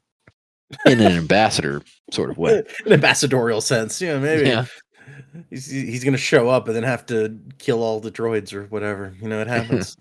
All the Honor Spren are dead by Kaladin's hand. That'd be tragic. That would be unexpected. I don't think we even know that you can kill Honor unless you count being a Deadeye. Is that what that means? Deadeye? In what sense? Like when you said being a Deadeye, and then earlier in the chapter we heard Deadeye. Does that mean they're like dead or whatever? No, that's what they call the Spren that used to be Radiant Spren that when that got their eye ended up with their eyes all scratched out and they can't talk anymore and stuff. Okay. Yeah, we heard the term a couple times last book, but yeah, I guess I just don't remember. Okay, you got yeah, so they've basically laid out this plan. Not like every tiny detail of the plan, but pretty detailed how we're going to do this plan. So do you think it's going to work for them, or I think if she says that she can suppress everyone who's not of the fourth ideal, I think it's going to work. Okay. So that would be bad. That would be bad. Yeah, we're just we got all of these guys living in the tower now, and if it gets taken, that's it's like their bastion, their place they can go and not have to worry about getting fought. Yeah. to the fuse then just like kill all of them if they take over the tower? Like this could get dark. I mean, it's definitely a possibility, especially with that if that a-hole Moash shows up with him. You're fair. Okay. All right. Well. Also, I love the mention where you're like, he could go to talk to like Zahel. I don't know if Zahel's actually a good person to. I was like, yeah, that's so true. Yeah, Vasher, probably not the best mentally. Had to do a lot of sad things in his time. Yeah, for sure. I mean, that is one of the stories I still want to know more about at this point. Oh It's yeah. Like, what is he doing here? What has he gone through to get here? Like 100%. Like the Vasher being on this planet is just like the ultimate tease of like, dude, what happened? Why is Vivenna looking for you? Yeah, Vivenna's like, out here looking for him in Nightblood. Like, what happened? Yeah, like what happened, bro? Were you just like, fuck it, I'm going to Roshar. I've been there before. I don't like it. I don't like it here anymore. Vivenna's being a jerk. I'm out. Yeah, because it wasn't like Vivenna was looking for them in a nice way. It did not sound good. It sounded like she was trying to hunt him down. Yeah. Want to see more of that. More of that, less of most things. Also, you got me out here scrolling through the 1-star reviews of Rhythm of War. Yeah, you should do one just so. Well, I guess unless it's a spoiler. No, okay. See, the very first one in here is like reading this book takes me back to 2008 when I rated the movie The Dark Knight 6 out of 10 stars, and now I'm giving the book of the year for many people 1 star. So this person's just like, I don't like this popular shit. Dark Knight's not good. Yeah, you're not good. Dark Knight was great. I cannot imagine 6 out of 10 on The Dark Knight. Like, no. Come on, Dak. What do you rate The Dark Knight? You're the cinephile of us. It's been a hot minute since I watched The Dark Knight. I definitely it is at minimum an 8 out of 10, probably a 9. Yeah, I would agree. There are some things I think just little things that keep I it think from being 10, but it's still it is still one of the best superhero movies ever made. I think I think I have saw that movie in the theaters more than any other movie I've ever seen in the theaters. I think I saw it like 4 or 5 times in the theater. I think the first Avengers is my like seen most in cinema. I think I definitely saw The Dark Knight at least 3 times in theaters. I saw it. I think I saw it like 3 or 4 times. I was in South America when it came out, but it came out there at the same time. And I saw it like 3 times there, and then I saw it like twice when I came home. Oh wow! It was really cheap to go to the movies there. That's funny. I feel like it was in theaters in South America when I was there. No, it was 2008. 2008. No, you're right. I was there like a couple years before that. So yeah. No, it must have been. I might have been in Germany in 2008. Maybe that's what I'm thinking of. You weren't in Germany in 2008. What are you talking about? Yeah, I did. I did like a month in Germany in grad school, so that would have been right around then. If you say so. The Dark Knight definitely hadn't come out because it came out in like July. Yeah, I was there in the summer because it wasn't a regular class. It was so it's possible, but I don't remember for exactly what year it was that I did. I was in Leipzig, so I think that was 2007. The listeners don't care about this. Yeah, so I don't really know who the spy is. I like Jamie's idea a lot that there's like another identity hiding in the background, and that Mraize has somehow learned about it, but the other personalities haven't. That is fascinating to me. Like that, could you imagine like news about this one comes out, and even Vale is like, oh, that's horrifying even for me, because at the moment Vale is kind of like the morally ambiguous one. So for sure, yeah. So if it horrifies Vale, then oof. But yeah, I don't really know where all that's going. I was thinking a lot about the journey she has to take to lasting integrity.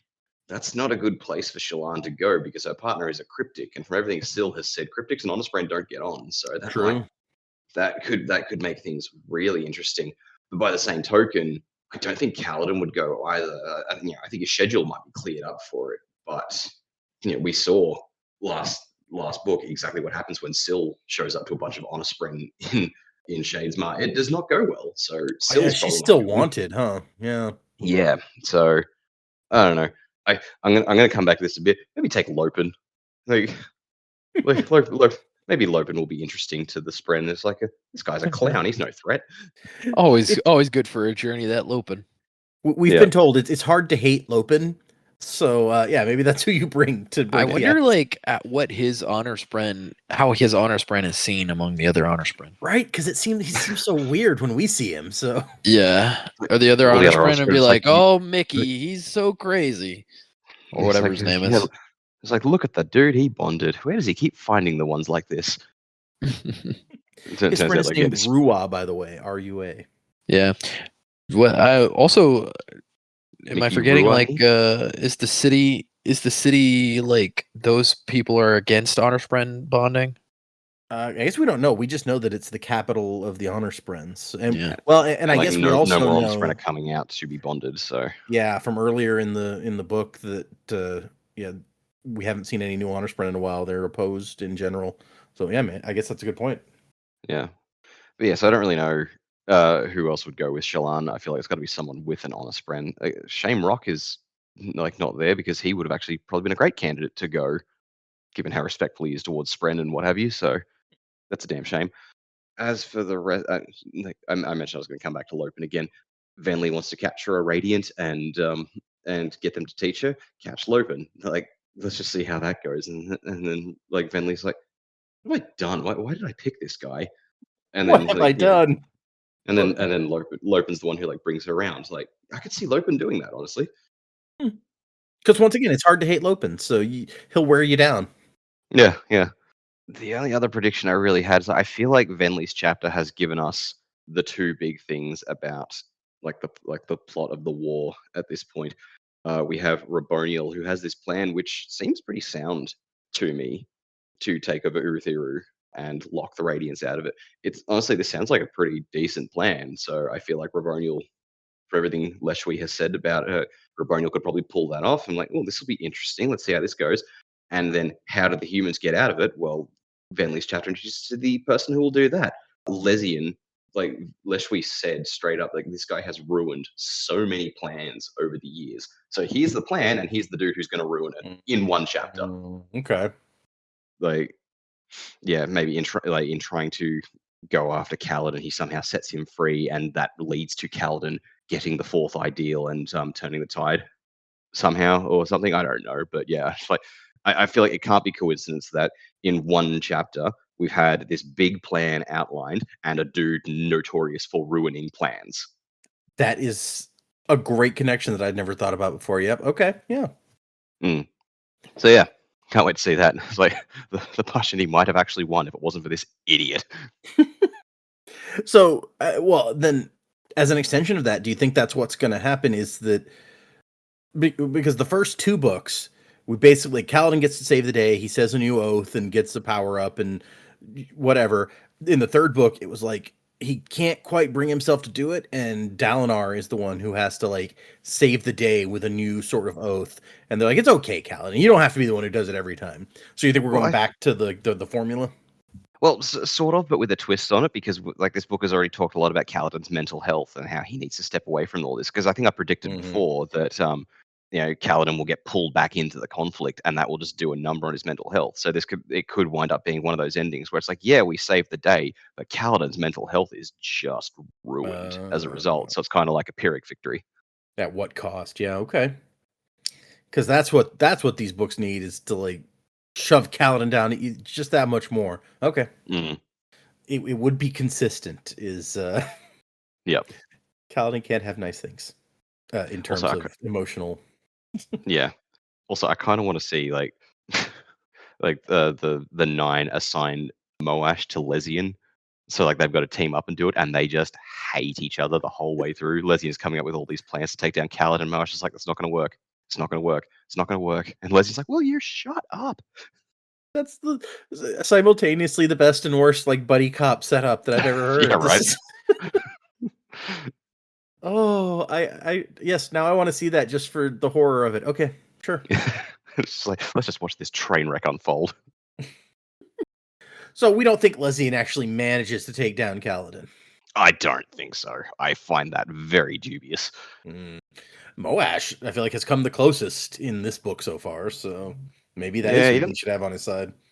Yeah, but he doesn't seem to want to do it himself. He seems to want to make Kaladin do it himself. So, okay, interesting. Well, let's let's move into a couple emails then. Okay, here's one. This should be interesting for some people. This one is from Joe. It's titled TCG Game. It starts out with, "Hello there. Pronounce it like Obi-Wan Kenobi would." How does Obi-Wan Kenobi say hello there? I can't even. Well, Or they're hello like there. old Obi-Wan Kenobi, or No, he's talking about episode 3 Obi-Wan Kenobi. Well, hello there. He wants Ewan, but we're gonna give him Guinness. Like, hello there. Come here, my little friend. Don't be afraid. And anyway, you were talking a little bit about TCG games. TCG is trading card games, so that's trading card games. Is what Yes. you just said there. That's what he's talking about. And for me, there have only really been 2 that I've played a bit of. I played a bunch of the recent One Piece game, and it was pretty fun. But the other I played is one that I feel some of you would have enjoyed. It's one that I played in the late 2000s, and it is called VS System. It was a card game using Marvel and DC characters, and it was pretty fun. The sets would alternate between one set being Marvel and the next set being DC. The cards also had a good variety of groups, such as the X-Men, Brotherhood of Evil Mutants, Morlocks, Hellfire Club, Avengers, Thunderbolts, JSA, JLA, Teen Titans, etc. It even went with some more obscure groups, such as X-Statics. That is a deep cut. Right? There's even a set of pre-made decks featuring the BPRD and the Thule Society from Hellboy. I do like the BPRD. Personally, my favorite decks to use were the Squadron Supreme deck, which focused on having no cards in your hand, and my Kang the Conqueror deck. In the game, you could only have one card on the field of a character such as Bruce Wayne, Steve Rogers, Hank Pym, etc. But with Kang, you were allowed as many Kangs as you want, and it helped you power up your characters as well. I mean, that makes sense. That's very thematically on brand for Kang. That's very Kang. Sadly, my friends and I got into the game close to the end of its life. The DC license expired, and they did not renew it. There were 2 more Marvel sets after that. One focused on the Civil War era in the comics, and the last set focused on Messiah Complex era of X-Men, as well as featuring the Exiles. A group of us continued to play for a few months at the game shop, but less and less people showed up until it was pretty much nobody. That sucked because I was testing an Apocalypse deck at the time too. This game is the one that I look back on being very fun, and everyone had such different decks since there were so many different characters and groups. That's all for me. I hope you had fun with my rambling on a dead comic book card game. I mean, that does sound pretty cool, I have to say. I shudder to think how much that would cost these days. Like trying to find a set. Yeah. I don't know what to say about that. I was playing Star Trek: The Customizable Card Game in the around the year 2000, so that's where I was. I didn't know there was a Marvel and DC one. That sounds cool. All right, this next one has a review attached, so Joe, get ready. The title on this one is Fuck Moash. Hello, Data, Dak, Joe, and Jamie. It's T. Melly from Discord, longtime listener, first-time caller. I think I picked up the podcast when you had just started Mistborn Secret History, and having just finished the Stormlight Jeopardy episode, I was shocked to look back and realize that was half a decade ago. I've loved following you guys for this long. I even had my own baby break in the middle there for my twins. Hey, pause to say, yeah, been there. Twins are crazy. Good on you. Obligatory shout out to the eclectic cult collection of pop culture references. I'm shocked that I seem to get almost all of them. My brother and I were even Rooster Teeth / RVB fans back in the day. I've been wanting to email for a while and finally have the justification. I have a group of friends that has been playing D&D and other RPG systems for going on 10 years now, and with the announcement of the Cosmere RPG, we decided that we are going to be running a Mistborn campaign when it releases in September. And for the first time ever, I'm going to be Game Master. I'm currently gathering information and taking notes on what I want to do. Probably going to be some secret mission from Death taking place between eras 1 and 2. But this is where you guys, specifically Joe, come in. I'm going to need a crew of my own mistings for NPCs, so I've attached reviews from Podchaser, Apple Podcasts, and Spotify, and I'm hoping that you'll give misting powers for them, and if Dak, Data, or Jamie want to assist with background details for these guys, for example, names. To be fair, I don't think your guys' names would fit with Scadrial. Are they Koloss-blooded, terrorists? Do they have hobbies, etc.? I'll try to use them in the campaign. Thanks for years of entertainment. So excited for you to get into the next Stormlight books. Journey Before Destination Radiance. Wasing to the Time of Next. Colo, PS Fasher, Crabs Away. To the Cups. Haha, I'm still. So, hold on. We have 3 different reviews. Only one of them allows for any text. So let me read the text from this last one. A fantastic journey. This podcast is a great companion to the Cosmere with an emphasis on picking up as many Easter eggs along the way. Okay, so let me understand this. Is it's all this person? Yep. But do they want me to basically give their NPCs powers? Yeah. Misting powers. Pick random misting powers. Did the person put a different name on each review? Well, hold on. Let's see. Yeah. One of them does not have a name. The other two do appear to be at least slightly different. Okay. Well, here's what I'm going to do. I'm going to give you, the person, a power, and then I'll assign powers to your NPCs, because I think for the review purposes, it's like you get the power. So I'm going to make you a slider. Ooh, nice. Okay, so your NPCs, you're going to have a coin shot, a soother, and a smoker. Interesting. Okay, so if you're gonna have a smoker, it needs to be like they gotta be doing something secret. Otherwise, the smoker's not like that integral, right? Or either that, or there's some people after them. Right. Nice. Okay. So, That way, you get a chance to be creative there. Like, go nuts. Figure out what you want to do with the smoker. Dak, Jamie, do you want to volunteer some Scadrial names for some characters? I don't remember like the standard naming conventions of Scadrian names. It gets weird because you got like Kelsier, Vin, Ham, Mraize, Marth. Yeah. To be fair, some of those are nicknames too, but also true. Yeah, Mraize was Lord Ladrian. No, I got nothing. Sorry. he gave it a shot. So difficult. I don't really have anything other than the first thing that popped into my head for some reason was like you could just combine like Scadrial and Galadriel and get Scaladriel. But that's a dramatic name. Okay. Kind of love that though, actually. I know it's weirdly, Oddly satisfying. Yeah.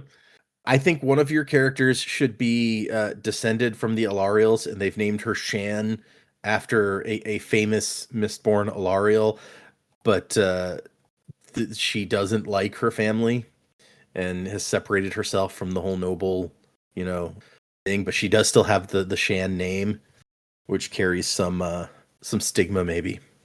Yeah. Sounds like Data like Shan. As a character, no, she was an asshole.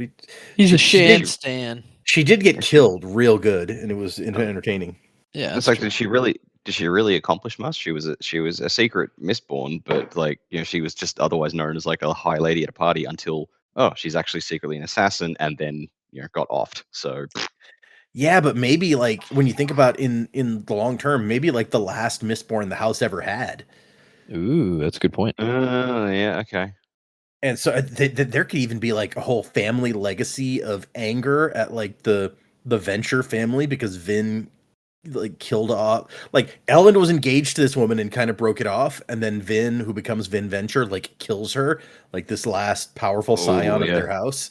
Like there could be a whole. I mean, it's not like Ellen and Vin have descendants, but still. Yeah, I was about to say, are there any Ventures left? But I mean, the legend of the Ventures, they're like the two most revered names in the future. So go Team Venture. Having it in for them could be very interesting from a family perspective.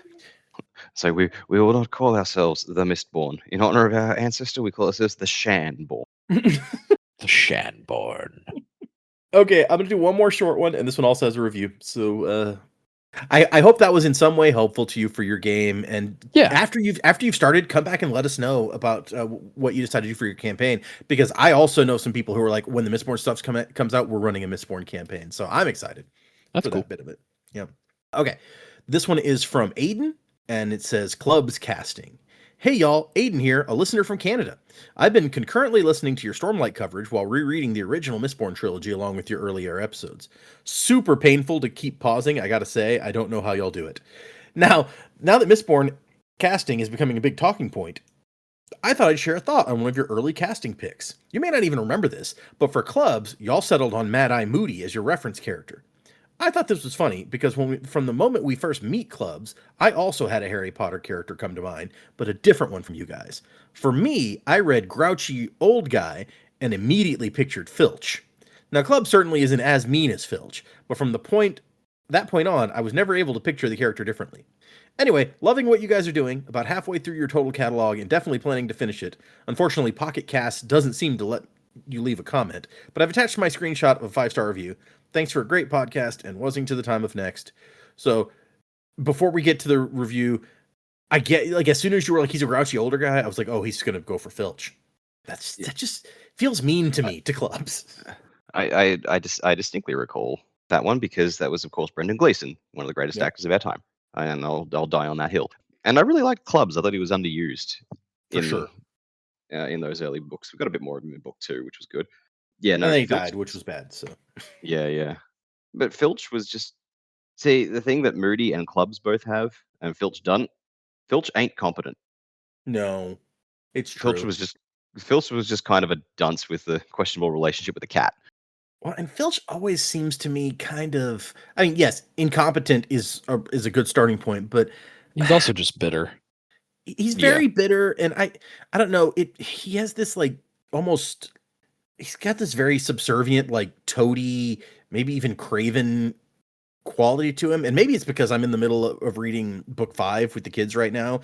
Oh, he And kisses up to Umbridge. he kisses up to Umbridge so hard. Well, Yeah, he kisses up to all the professors against the students. Like he kisses up to Snape a lot. It's like there's students out of bed. So, yeah. It really just seems like his life mission is just to make kids miserable. I think It's kinda specifically gross. wizard children miserable because he was he born doesn't- to a wizard family and he's a squib. Yeah, I mean, that's a point. So it's like he might have a reason to be disappointed with his life, but he shouldn't take it out on kids. No, I agree. Doesn't I make mean, it right. You can Just say the saying. same about Snape. Like we've been there before. Yeah. Oh, yeah. Even Petunia, to an extent, we find out was jealous that her sister was a witch and she wasn't. Yeah. But so yeah, I mean, I guess it's just more remarked upon with Filch because and that never really gets discussed. He's just kind of always the comic relief guy who just hates kids, and no one ever pays him too much mind. yeah. So yeah, I mean, I get it if it's like, oh, it's a grouchy old guy. Filch is like also a grouchy old guy, but it's just he just feels so different to me from Clubs that I would not have made that connection if you hadn't said it. Yeah, I mean, I do think the actor who plays Filch could do the job. He's David Bradley, I believe is his name. Yeah, he did he a good was, job as that one guy in Game of Thrones. Yep, he was in that. There's a great movie with Michael Caine called Harry Brown, and he's Michael Caine's best mate. Excellent movie, and he's very sympathetic in that. But on the whole, it's just I guess I just picture Clubs as more of like a broad-shouldered dude, and David Bradley is much skinnier than that. So that's I guess that was like the starting point, really. Yeah, he's definitely like a smaller guy in that Yeah. they play it up with Filch a little bit, and Oh, he is in the World's End. Sorry, I had to go to his IMDb page. He was like the bartender in the World's End. He is. Yeah, he's hasn't done a lot of Hollywood stuff, just in a lot of British cinema and TV, which is fair. That's what he does. Yeah. But I mean, if you want to go to actors who are in Harry Potter and Game of Thrones, if you're looking for an alternative to Brendan Gleeson for Clubs, the dude who played Dumbledore's brother, Oh yeah, Kieran Hines, he was Mance Rayder in Game of Thrones. Like, he's a great actor too. old Aberforth. Yeah, he's a good actor. Yeah. When did he? Oh, okay. So I was in his IMDb, and there was a listing for Doctor Who, and it said he played the Doctor, and I was like, wait, he's the Doctor? Like what? And so he, I guess after the death of the first Doctor, when the first Doctor showed up in something, he played the first Doctor. Looking as like the a guy. flashback old Doctor. Yeah, cool. I was like, I feel like I would know if he was one of the actors who really played the Doctor. Jeez. Okay. Is it the Filch guy? Yeah, David Bradley. In IMDb, he's David Bradley number 4, but yeah. I guess it is something of a common name. Okay, and so yes, there is a 5-star review attached that it doesn't allow for like words or anything. So Gotcha. Well, you hit us with you really got us thinking on that one. Back to our roots, right? So it's a good back to our roots thing. Maybe a thug. You're a thug. nice. Okay. It's like one of the first ones we learned about. Yeah, I believe you are absolutely correct. Okay, well, we got a few more emails, but we'll save those for a different time since we have run pretty long here. If you'd like to send us an email, the address is thesanderlanch@gmail.com. Find us on Instagram and Facebook and places like that on the interwebs, and on Patreon, where by this time I hope that I have started back into Dragonsteel Prime. If not, then I don't know what could possibly have gone up since last week on the Patreon, because I haven't done anything else. But as of this recording, I have not yet gotten back to reading that yet. So if you're interested in listening to me ramble as I read Sanderson stuff for the first time, That is most of what is on the Patreon, although there's some other stuff. You get to vote in polls and things like that occasionally. So check that out if you're interested. And if you do join the Patreon, Joe will assign you a faring power. And as you've just heard, if you leave us a 5-star review on the podcast platform of your choice, and then send us a screenshot of that, Joe will give you a misting power. And if you do both, you can be a Twinborn. So do that. It's fun. Yeah. You could be a Crasher or some other thing we don't know what the Twinborn version of is. Right? I wonder if they're going to have more of those names in the like world book type thing for Yeah, that'd be fun for the RPG. But yes, so check us out on that stuff. Thank you everybody for listening. People on the Discord, people who are our patrons, we appreciate all of you. You guys are awesome. Remember, for next time, we're doing 2 chapters again. That's going to be chapters 15 and 16. This will be the last time, if my map holds out, that we will do that few number of chapters. After this, it tends to be at least 3, if usually more than that. So just 2 for next time, though. If you're following along, read those 2 chapters. Music by Miracle of Sound, and wasing to the time of next. Polo, P.S. Fasher. Crab at thee to the cups. Burden that is shared is much easier to bear. We will not fall to despair this darkest day. Whatever comes our way.